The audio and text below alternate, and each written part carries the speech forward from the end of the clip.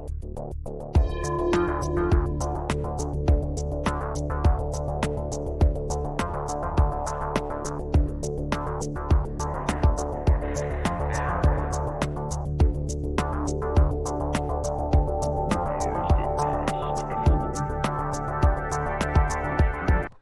telling you, it's always the butler.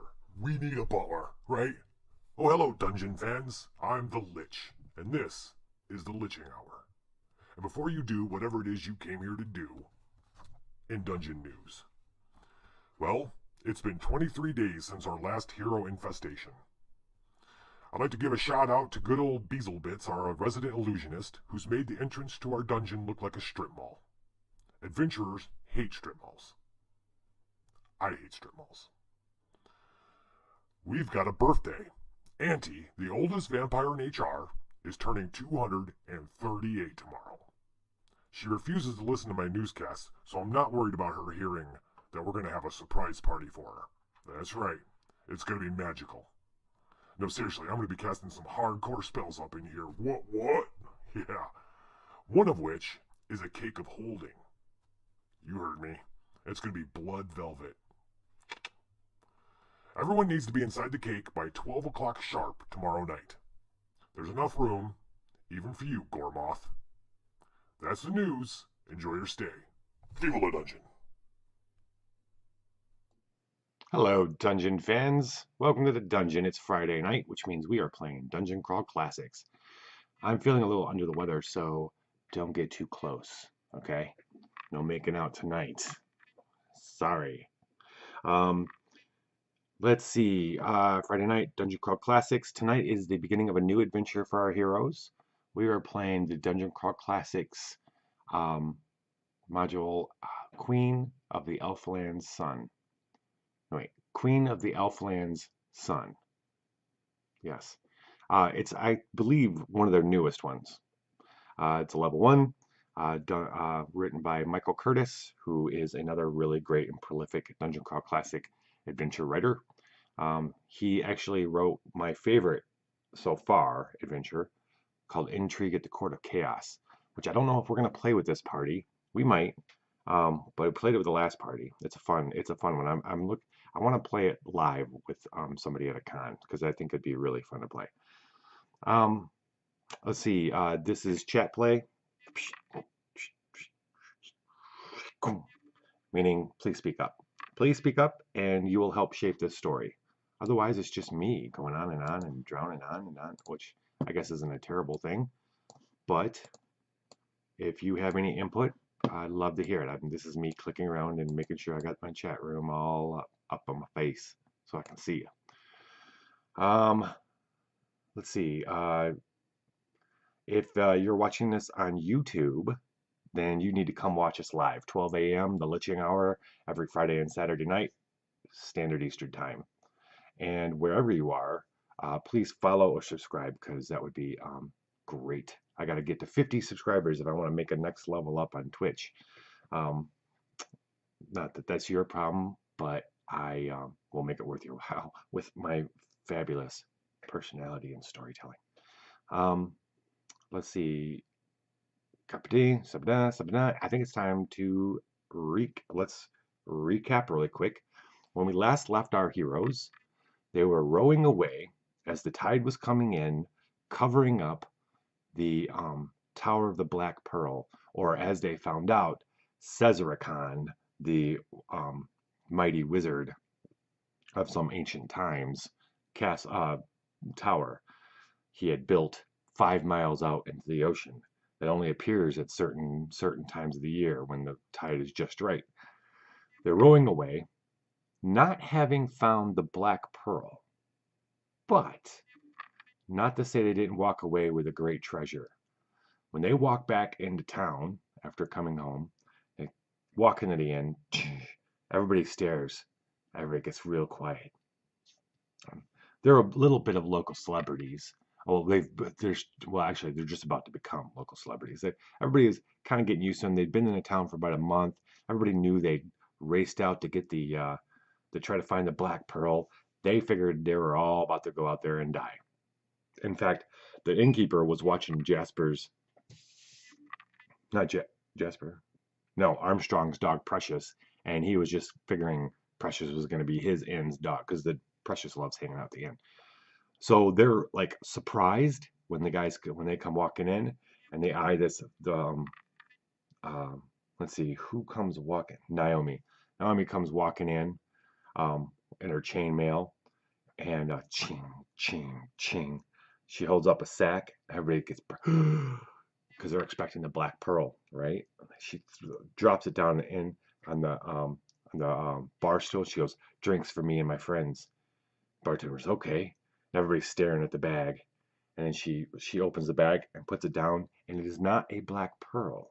And it takes everybody a minute. First, they realize, oh, that's a severed head. What the heck? What? And then they look a little closer, and you hear a gasp off to the side. You say, that's Savage Quinn. No, with the pirate? No.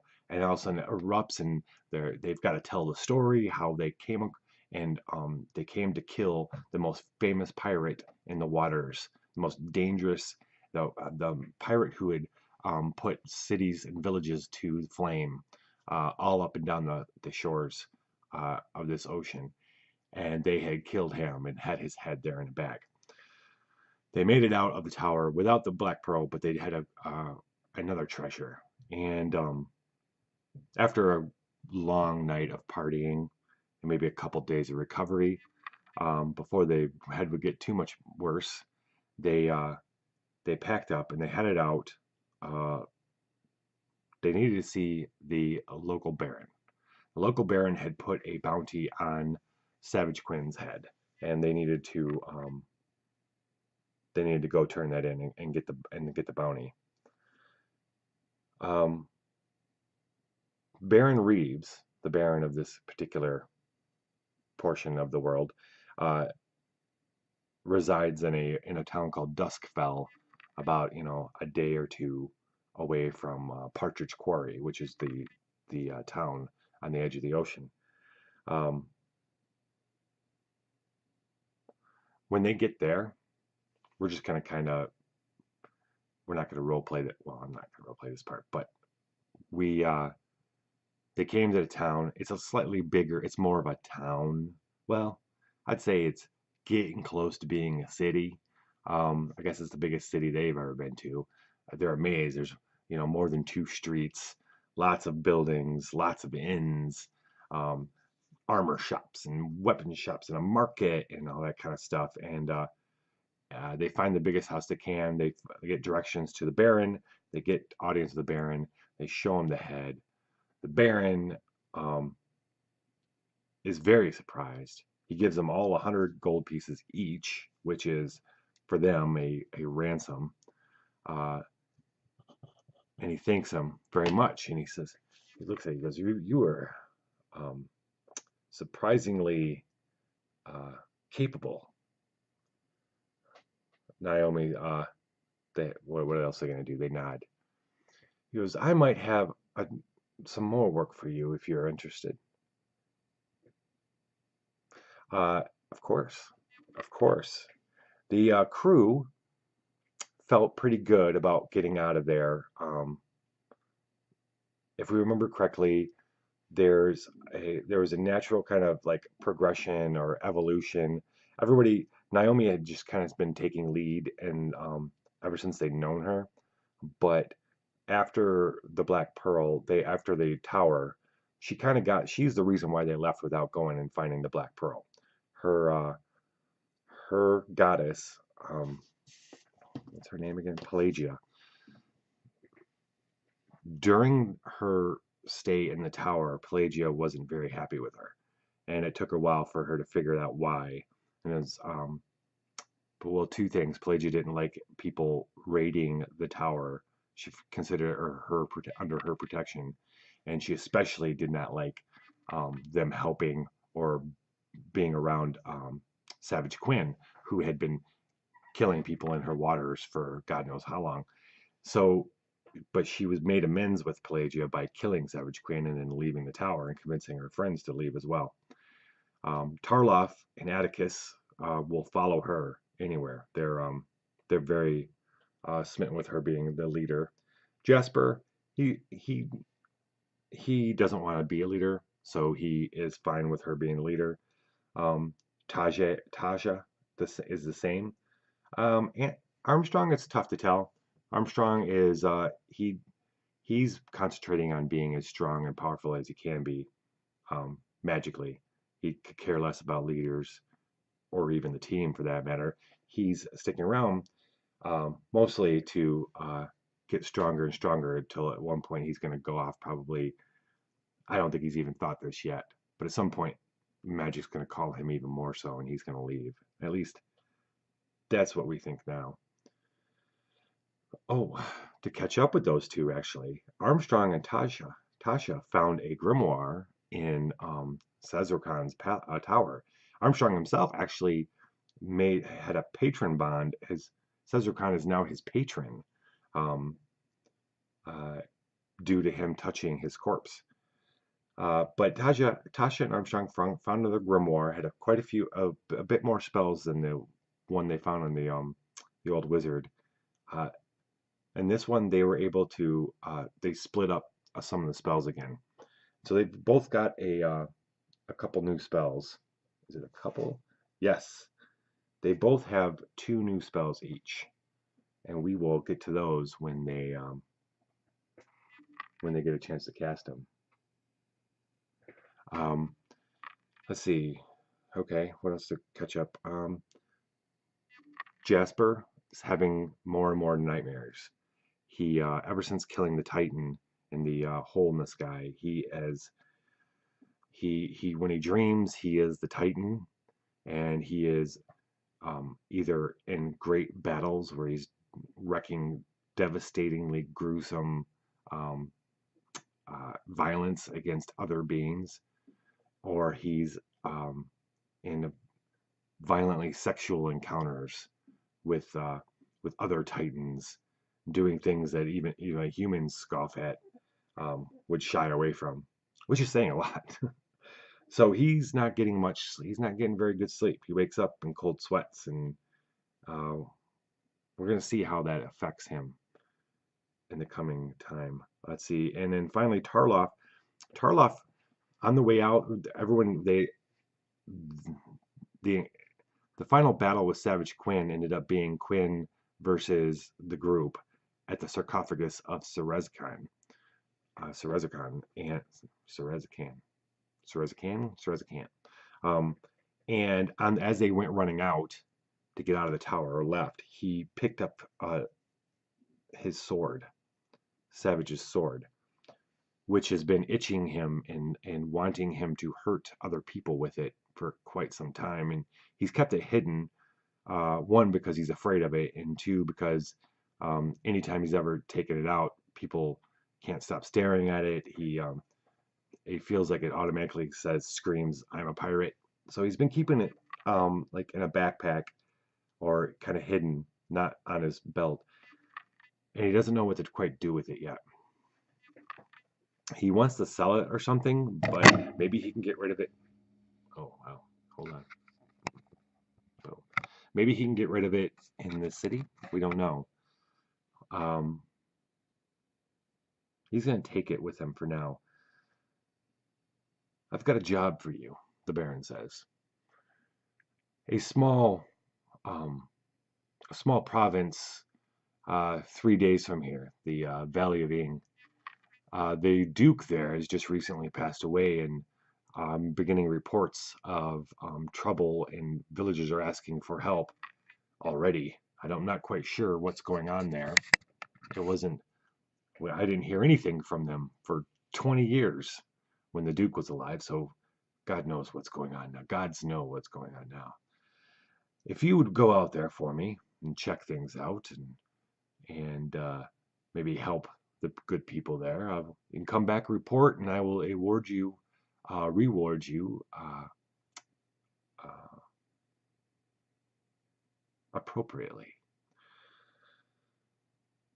Naomi looks at him, and I guess what I was going to say earlier is the team's grown a little close to each other, a little bit, a little bit. They take another step. The whole tower thing kind of brought them together a little bit, And like I said, Atticus and Tarloff are definitely Naomi's men.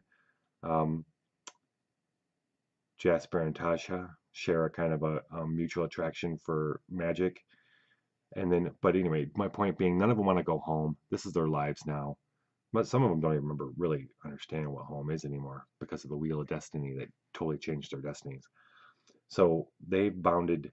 They don't even think really twice. They kind of look at each other and go, yeah, let's do this.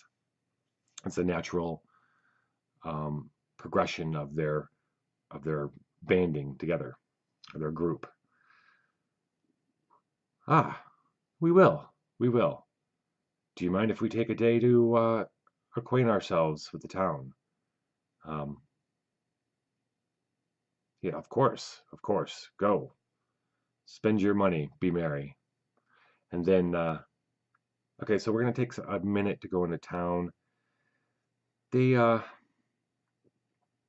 they each have about 175 gold, which is great. Jasper needs a new weapon. His mace slammed up against a wall and broke last adventure. He's got his crossbow he's named Babe. And Babe's after the pony that he lost on the invisible bridge over the ocean. Um, so he's got a crossbow, but he needs an up close and personal weapon. If you've got a thought on what kind of weapon that would be, something like it's a battle axe. Battle axe is two-handed. I think he'd be more of a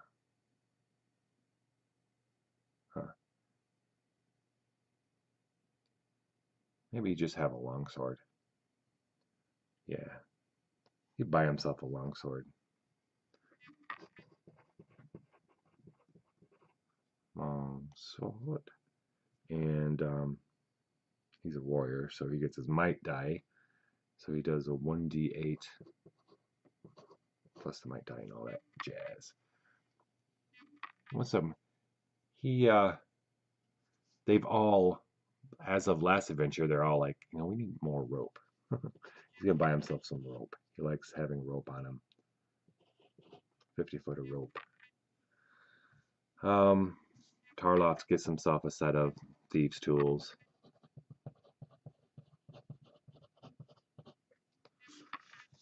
Naomi doesn't really need much.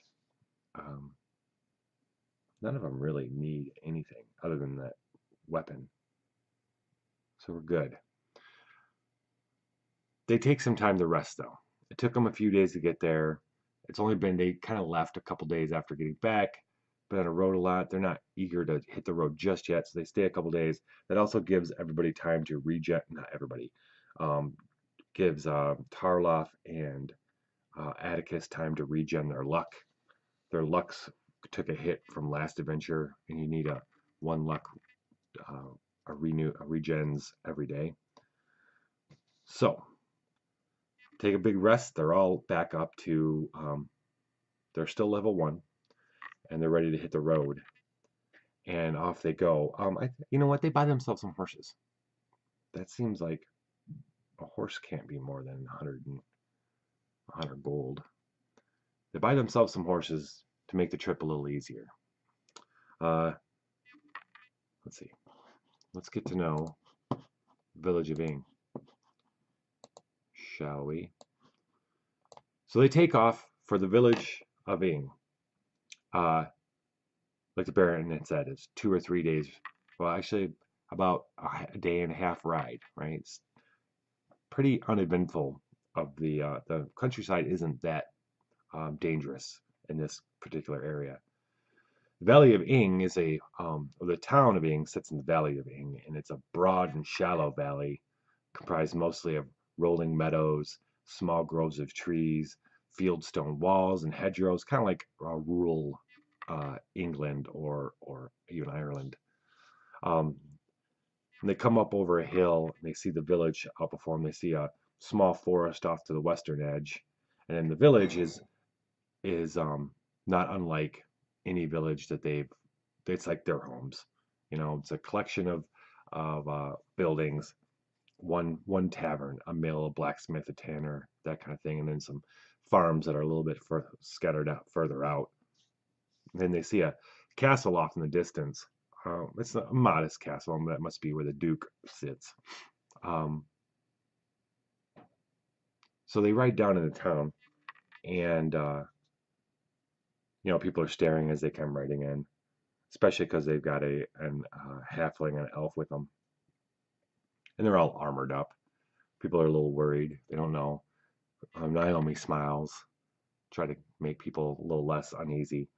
Um, they stop at the end, the Singing Blade, and the innkeeper tells them. They start asking the innkeeper about recent troubles and who they talk to. Should they go up to the castle? And he's like, oh no, no, who takes care of us and runs our little town here is the Parliament. You'll find them. Take down the road and take a right to the miller's house. Uh, I'll send word and they'll meet you there. So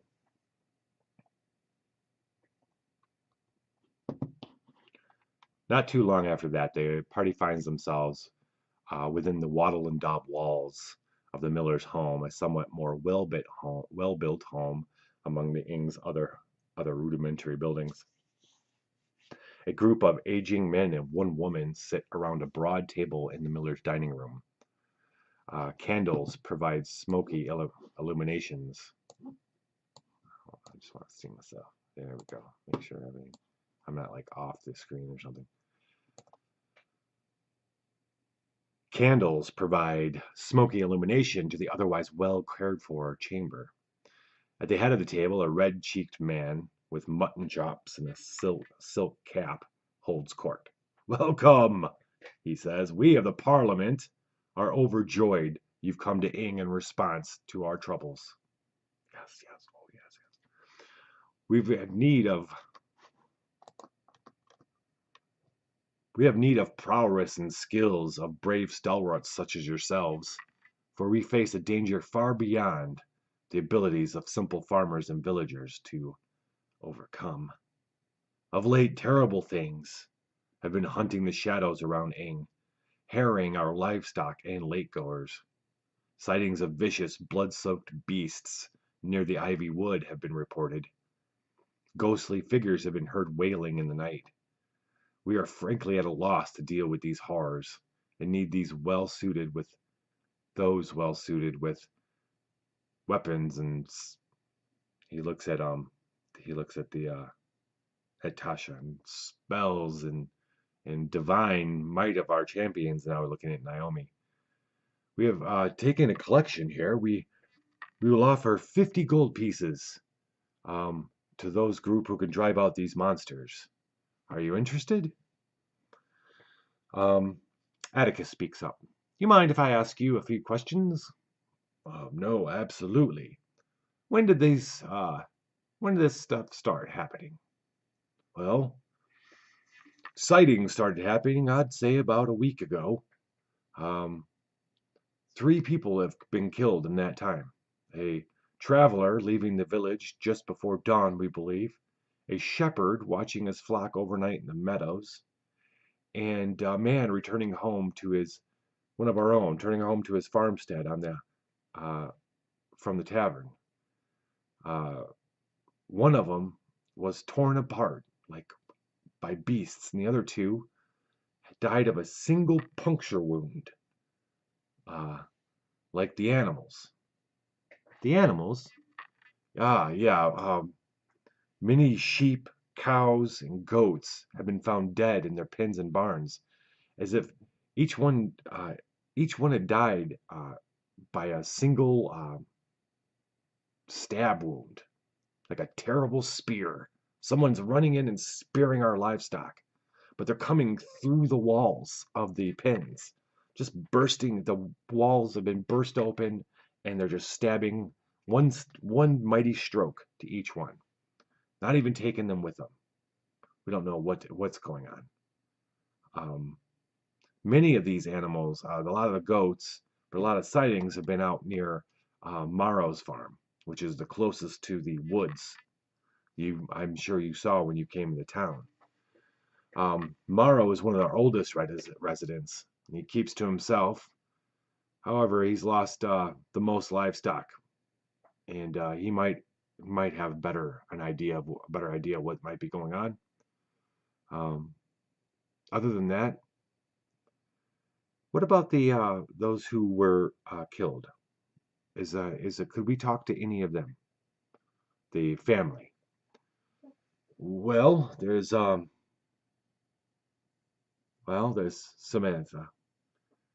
Her husband did not come home. He was supposed to come home from the tavern, and well, he didn't make it, and he's one of the ones that was stabbed through the heart. I wonder if we talk to her. Maybe she saw something before we. Is that farm close?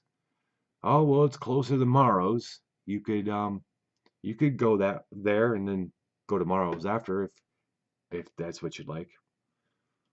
Hmm. Yeah. Everybody looks around. Any other questions? Let's see. Do I have any other answers? Do, do, do, do, do, do, do.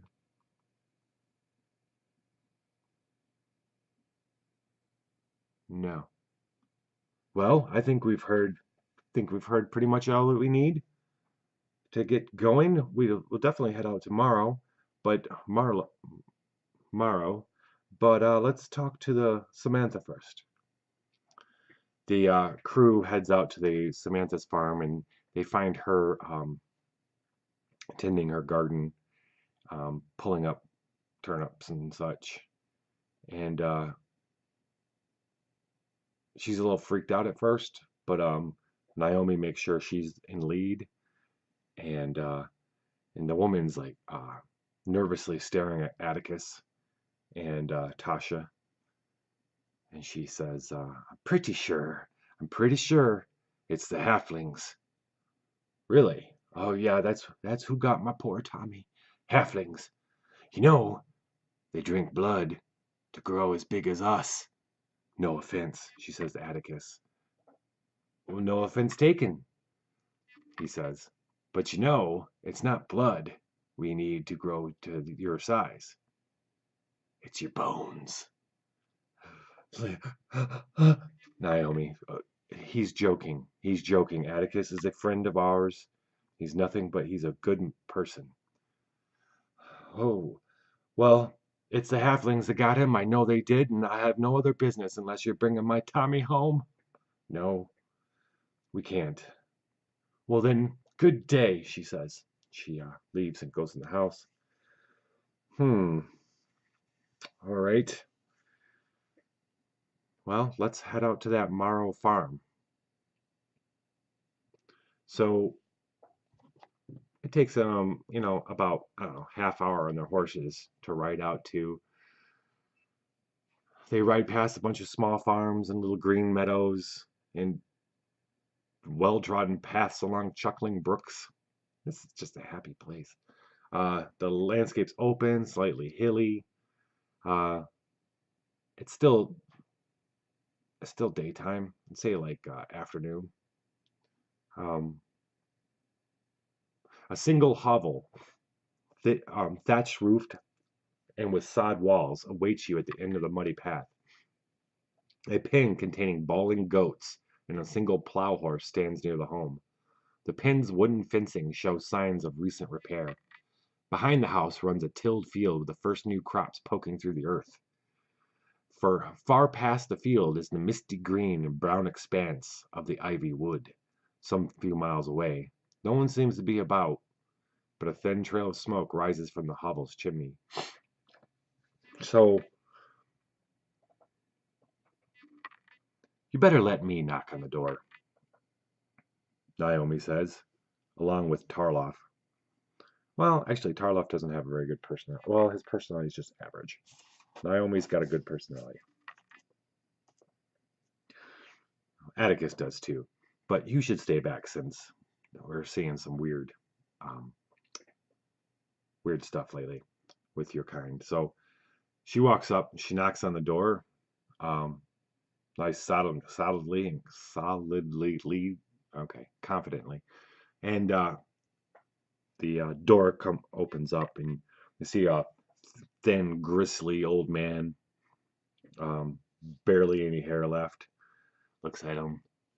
Um, he uh he looks at her, and then he looks over and he sees the elf and the halfling. You can see him doing like some calculation. He's too old to be afraid. But he looks back when he looks back at Naomi, his eyes are a lot harder. He's like, God be helping you. Uh, Hi, we've been sent by the Parliament to ask you a few questions. Parliament? Is that right? Hold one moment, please. Stay there. She closes the door. He comes back. He opens the door. He has a piece of, looks like a piece of iron. He goes, here, take this. She takes it. Looks at her. All right, pass it to your friend there. She passes it over to Jasper and Tarloff. Said, go on, pass it around. And then when it gets almost to Tasha, she's like, I'd rather not. Why is that? Well, I'm an elf, sir, and iron hurts me. Yeah. Naomi says, sir, Tasha is a member of our group. We can't we don't function well without her. She's a very I can vouch I can vouch for her. He looks back at Naomi and all right. Um, you mind if we ask you a few questions? They kind of ask him questions. He kind of dodgy. He doesn't seem like he doesn't want to warm up to him. And after a minute, it feels like they're just gonna be walking away from here too, not really sure what's going on. When suddenly he goes, my bee's eye knows a thing or two about these parts and that which comes out from the outside, he says with a capital O. But first, I need to know if you're worthy to know these things. If you grant Eyes a boon of aid, Oz will tell you Eyes what I knows of what is out there when the moon rises and the darkness comes again. What would be this aid? Stay here tonight. Oh, wait, hold on. For 4 nights straight, something has been preying on me goats. Okay, this is gonna be fun. Big it is, with eyes that burn red in the dark. It leaves cloven hoof prints in the mud around me pen, but they vanish when the sun rises. Wait, they vanish? Aye, just gone. That's weird. Go on. It kills me. It kills with a single blow, stabbing me animals to death. In the morning, there's not as much blood around as there should be. Leavings, I thinks to sup it. Leavings eyes to think it sups on gore. Vampire? They don't know what a vampire is. The old charms, he says, gesturing. There's salt. That's when everybody realizes there's salt and iron around his door. Keeps eyes safe. What up, heroic? Keeps eyes safe, but I can't protect my herd, for salt is not cheap, and eyes have not enough to ring 'em around. If you can slay this beast or drive it off for good, I will tell you what I know about the past and what has come back to Eng. Back? Everybody's like, well, we're getting, at least this is something actionable. We can stay here and keep watch on your farm. So we need to develop a plan for this. It's just a small hovel with a little a pin, and the team's just looking around. Looks like he's patched up part of his fence that had been broken into by this thing, whatever this thing might be.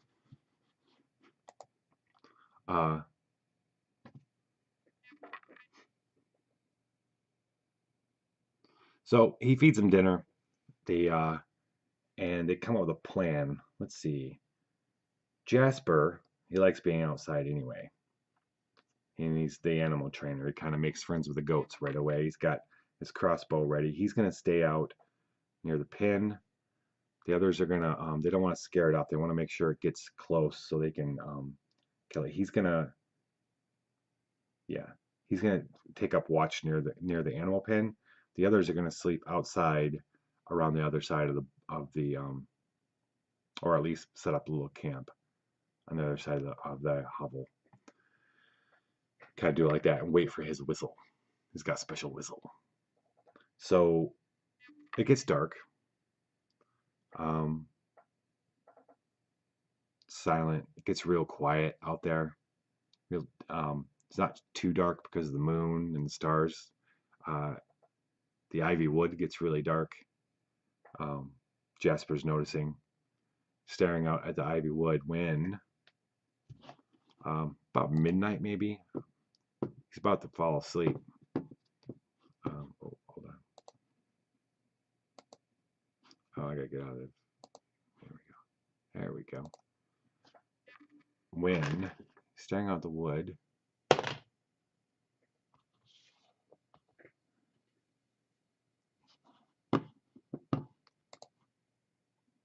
that was an intelligence check, which he, yep, he doesn't have a modifier.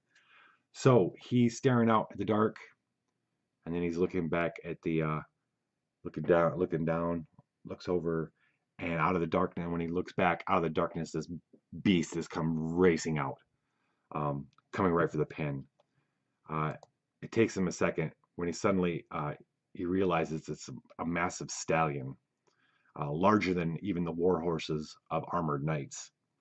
Its coat looks mottled under the moon, but as it gets close and bursts through the fencing, he realizes that it's covered in caked and dried something. It might be,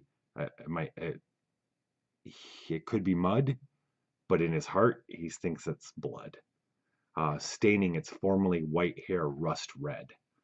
Large, wild eyes glow crimson in the starlight, and the moon's rays reflect off the 3-foot long, blood-stained horn that protrudes from the beast's forehead. He realizes that it's time to do his whistle, but the bursting through the fence has already alerted the rest of the team, and they come running around the hovel as this giant, nasty, malevolent unicorn stabs a goat. And the goat bleats out and bleeds out and falls. And it looks like the horse, the unicorn kind of does a wheelie, rears back, and like gloating, and then comes back down and stops and is about to start drinking this stuff. And um, we're gonna roll Jasper. Give Jasper a second. We're gonna roll to see if Jasper, if it doesn't know that I'm gonna see if 18. Okay. It doesn't see Jasper. The others are gonna be moving up, so it will notice them. But we're gonna give Jasper a shot at this thing with Babe, his crossbow. This gigantic, crazy unicorn. Let's see, AC 14. All right. Here we go. Jasper gets +4 with his crossbow, so that's pretty cool. He's gonna freaking need that +4 too. Jeez, oh Pete's, man. 4, 6. All right, so the bolt slides over right past the his right over his neck or shoulder, and he goes looks over at him and comes bounding out of. He was kind of like a little over. It comes a little over from the pen. It comes jumping over, racing at him. It's initiative time. The others are coming running now. They're a little further out though. From the pen. Let's see. Let's roll the unicorn first. Although every time I've done that, it got really high. Yep. All right. Unicorn. 20. Oh wait, 21 actually. All right. Jasper. 13. That's not too bad. That's 14 actually. All right. Then we'll do the rest of them. Tarloff. 15. Naomi is 11. 12. Atticus 19. 20.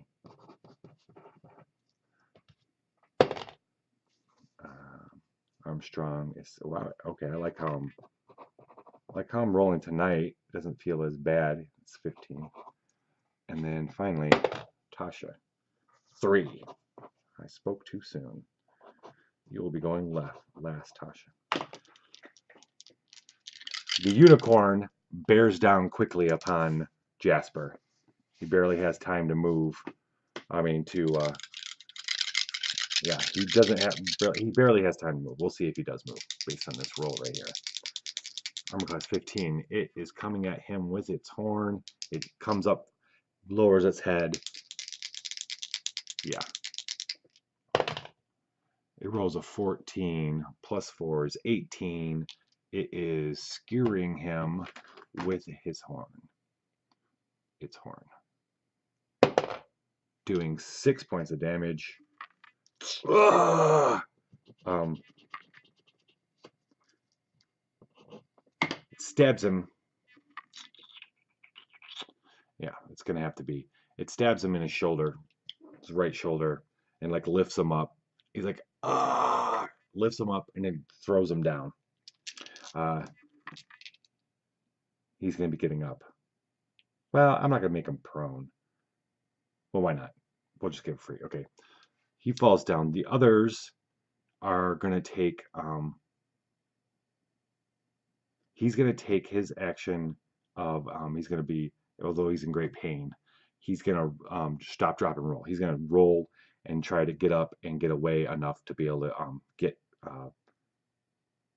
He dropped. Oh, to get Babe ready to shoot. He's got a loader, or to draw his longsword. He's gonna have to decide. The other people are gonna come running up. The unicorn, their all their actions are gonna be taken up by them running up to get there in time. The unicorn sees them coming. Top of the next round, it turns and it's coming at Naomi because Naomi's got that chainmail on, moving as fast as she can. But she's big and shiny in the moonlight. So it tries to stab her with its comes running around, coming right at her. It rolls a 15. It rolls a 15. She it puts its head down. She steps out of the way, and its head hits her a little bit, just kind of dings on the thing, but it misses her, just barely. She sees the horn slide across her armor. Okay. She's got her trident out, so that's cool. All right, who's up first? Atticus. Atticus comes running up, catching up with the thing, and goes hacking at its legs with his hand axes. Oh, wait. That is 2d16. He's rolling. Oh, good show. 14 plus 1 is 15 there. What did I say his armor classes? All right, so that's one hit with one hand axe. And 13 plus 1 is 14 is... Wow. So Atticus comes running up, two blows with his hand axe across the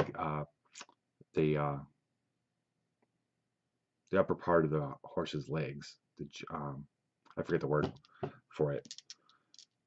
He's doing 2d6.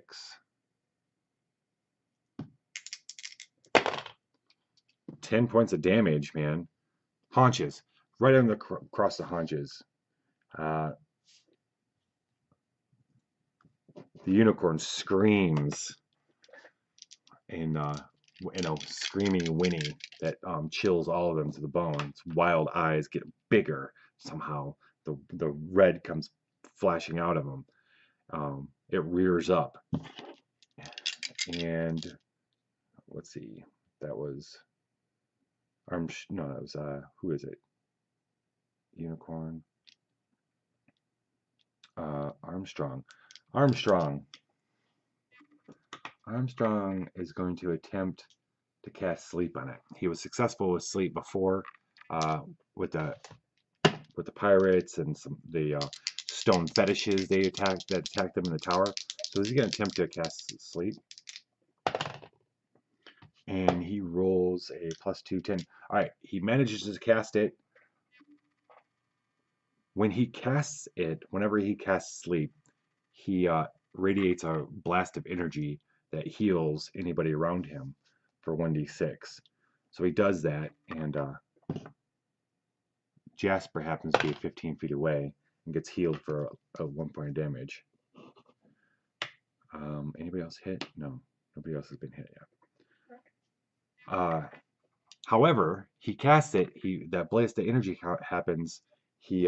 This thin fog comes out and envelops the unicorn, but it has no effect. Unicorn is still raging, and not affected by in any way. Tarloff.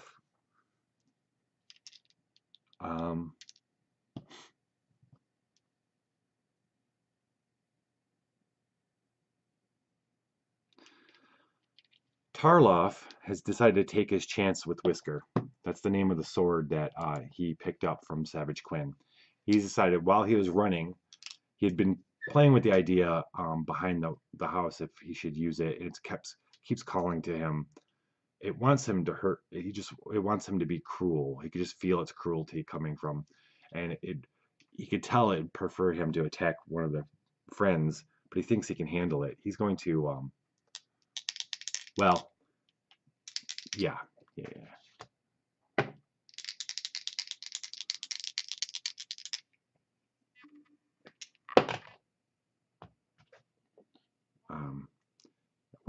Will save. He made it.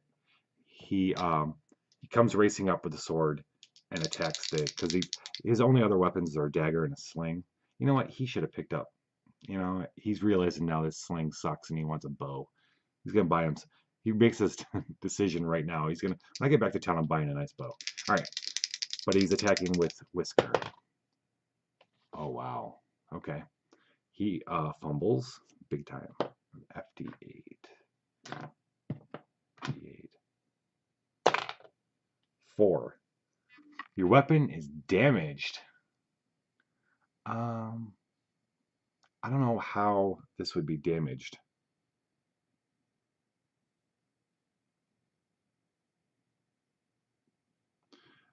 It's a magic weapon, so they don't really get damaged. So something else fun's going to happen. It wants him to hurt other people, especially men or people, humans. You can tell that much. But it wouldn't break.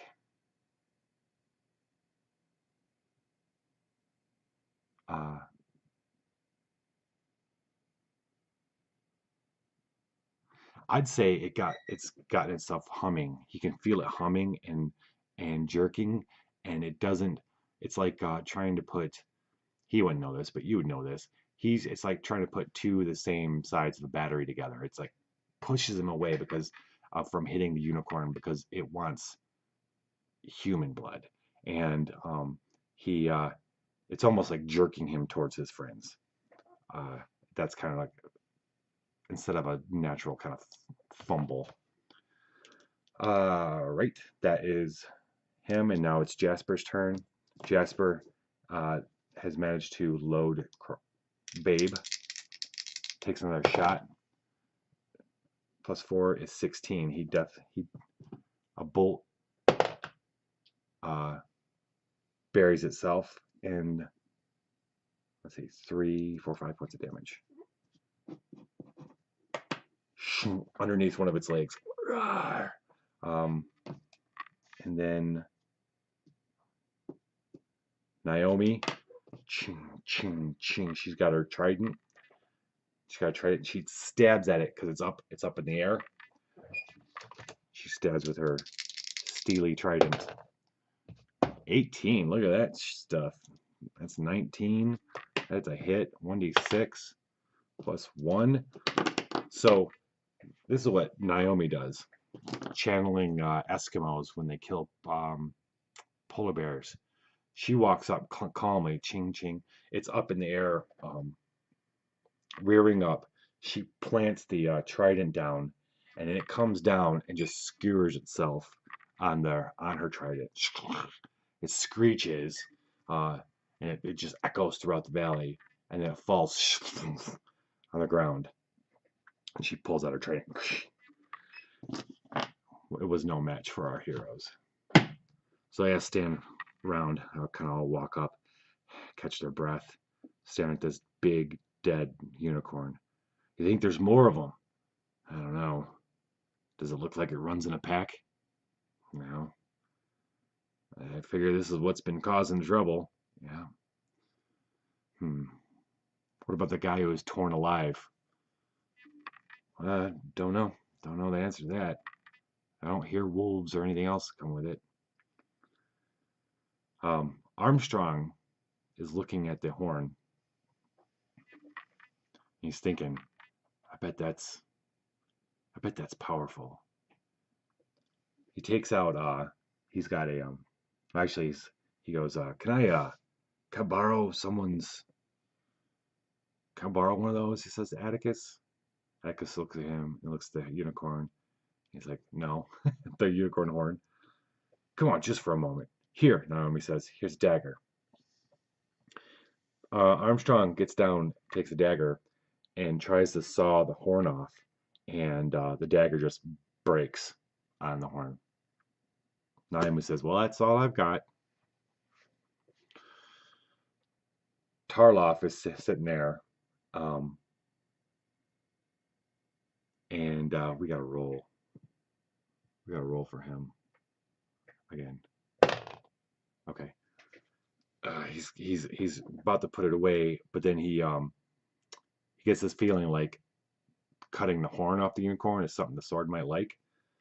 He's like, hey, wait, come, wait 1 second. He comes up, and with one strike, he cuts off the unicorn's horn, tosses it to Armstrong, and then he puts the sword away, packs it away back in his satchel or something on his horse. Armstrong looks at the horn and smiles. He's like, I could use this as a weapon as well. And he can. He actually can treat it like a short sword. It's a magic short sword +1, basically. But it does extra damage versus lawful foes. So +1 and 1d6, 2d6 to lawful.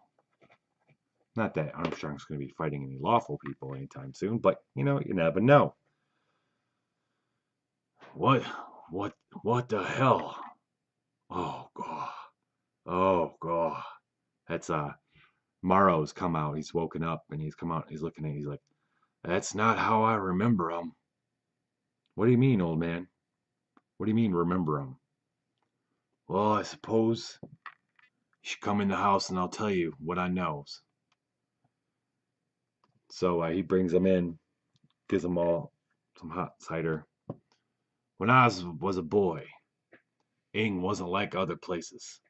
The nights were magic, with lights of all colors dancing in the depths of the hedgerows or among the trees. Dreams were richer then, too. The old folks, the gods bless 'em now, said that Ing stood near the borders of Elfland, and that the fairies would come across into our world at twilight and depart at dawn. It was said the good folk would hold banquets on a mound near the ivy wood, and the nobles of the Elfland would hunt in the woods and meadows around it. Folks would steer clear of that hill, lest they had business with the fair folk, convinced that the mound was a doorway to the Elf King's lands. Now, Tasha is like ears pricking up, and she's listening, and this is making her remember some really old stories she'd heard when she was a kid, 100 years ago. Elfland had always been kind of a myth to them, but hearing the Elf King just kind of sparked something in her head. We'll go back to that later. Then, when I was 15 years old, the kind one stopped coming to Ing. It's said that the old Duke angered the King of Elfland, and the King closed the borders of Fairy. Of course, now Duke is dead, and I was thinking those borders are open again. But, and I does not know why, those who walk in the twilight have returned angry. I fear the beast you kill is just a taste of what's to come.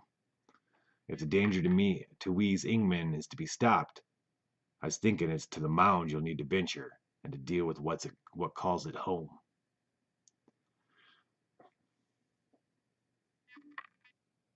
So, in the morning, they're going to head off to the mound. Seems pretty straightforward. I'm going to call this a short night because I'm not feeling all that great. But next week, uh, we will go to the mound of the fairy folk and see what's going on.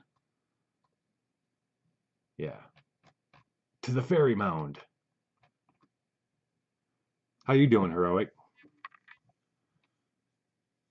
I'm gonna start a brand new. Game of Dungeons Degenerates tomorrow. Still gonna do 4 characters. We're gonna keep trying that out. But the final game last night. I was gonna stream the last couple turns of the other game, but I just tried it out for the one turn and things were really bad really quick. So we're gonna now, having learned what I learned the last 3 or 4 games, we're gonna try this out in a new campaign. Those who are watching on Saturday nights, I do a board game thing. I solo play a campaign board game called Dungeons Degenerates for the time being. Uh, yeah, if any of you like seeing solo board game play, I have a lot of great solo board games or board games that I play solo that I might start streaming if people dig that. Um, a lot of them. There's a lot of story-based ones too, like Eldritch Horror, but then like a lot of like econ games, like Clans of Caledonia and things like that, and Scythe for sure. Anyway, well, we're gonna stop there so I can get some sleep. We'll come back to Tarloff and Noah, Naomi and Jasper and Tasha and Armstrong Atticus next Friday and see where this adventure takes them. Y'all have yourselves a great night, and if you haven't followed or subscribed, please do. Viva the dungeon!